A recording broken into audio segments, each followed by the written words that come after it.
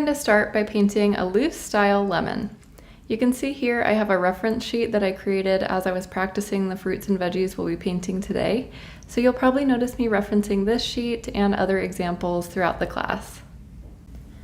Let's start by talking about which colors we'll need to paint this lemon. First, of course, we will need a shade of yellow for the base layer of the lemon, and then either a darker yellow or light orange to add the shadows here around the edges. Finally, we'll need some shades of green for the leaves up here at the top. Now, you can choose to paint with bright, vibrant colors or tone it down with a more muted color palette. Before we start painting, I'm going to start with a light sketch to get a feel for the shape of the lemon. I'm going to start with an oval sketch that has small curved tips at the top and bottom, like you can see here in the reference painting. Then I'll add a small stem on top with a couple of leaves coming down. So go ahead and sketch out your lemon. Don't worry if it takes you a few tries. And also, if you have any trouble sketching out any of the foods during this class, you can check out the free downloadable PDF I provided in the resources section that has reference sketches for each of them. So that will help you out if you need it while you're preparing your drawings.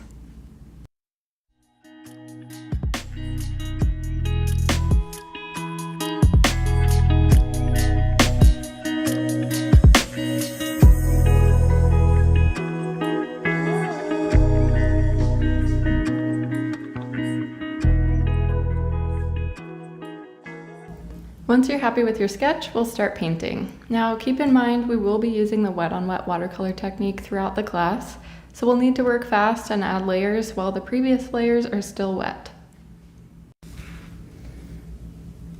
Okay, so let's grab our lightest yellow, and we're just going to fill in the entire lemon with a light wash of that yellow.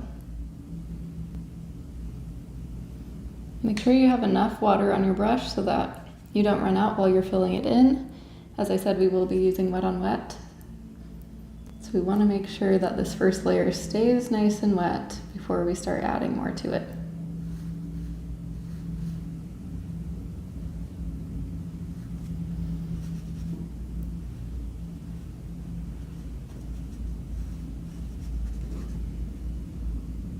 Now, while that first layer is still wet, we're going to add some depth and dimension to the lemon by adding some shadows. So go ahead and grab either your darker yellow or even a light orange and just tap in some of that color around the edge of the lemon. So if your first layer has dried, you can just go over it with a clean, damp brush, because you want to make sure we can get these nice bleeds. So I'm just tapping it in here.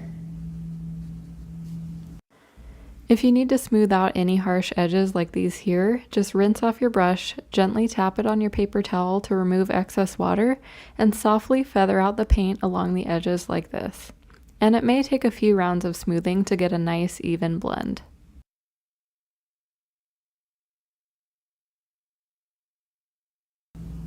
I'm going to add even more of the dark orange here, just make it a little more dramatic.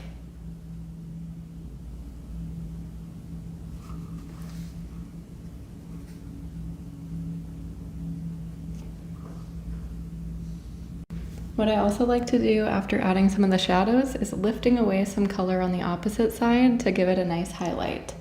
So all you have to do to lift is rinse off your brush, dab it on your paper towel, and then gently lift some of that color up. I'm going to do that process one more time, and this is just to add that highlight there. Rinsing off my brush, dabbing it, and lifting some color.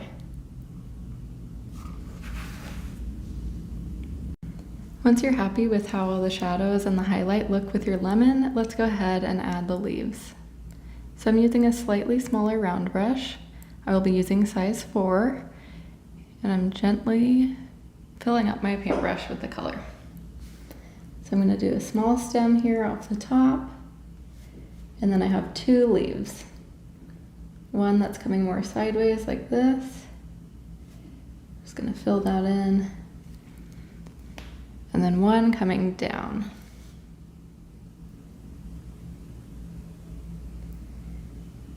One thing you'll want to keep in mind is if you have a leaf like this that's touching with the lemon, If you don't want to have crazy bleeds between the two, just make sure your lemon layer has dried before adding the leaf.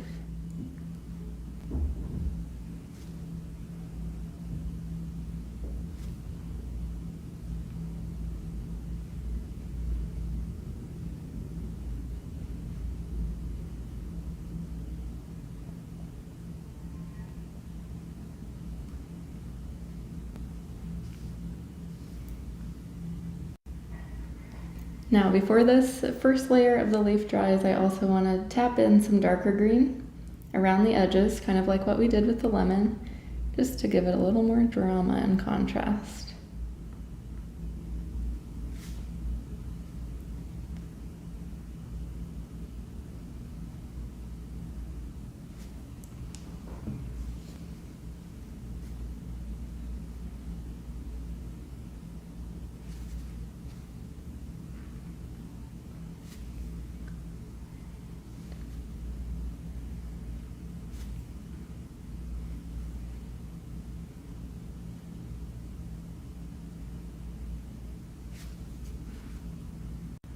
I also want to mention, if you want to learn more about painting watercolor leaves in the loose style like I did here with the lemon, I have another comprehensive class all about the ins and outs of painting leaves in the loose style, so definitely check that one out if that interests you.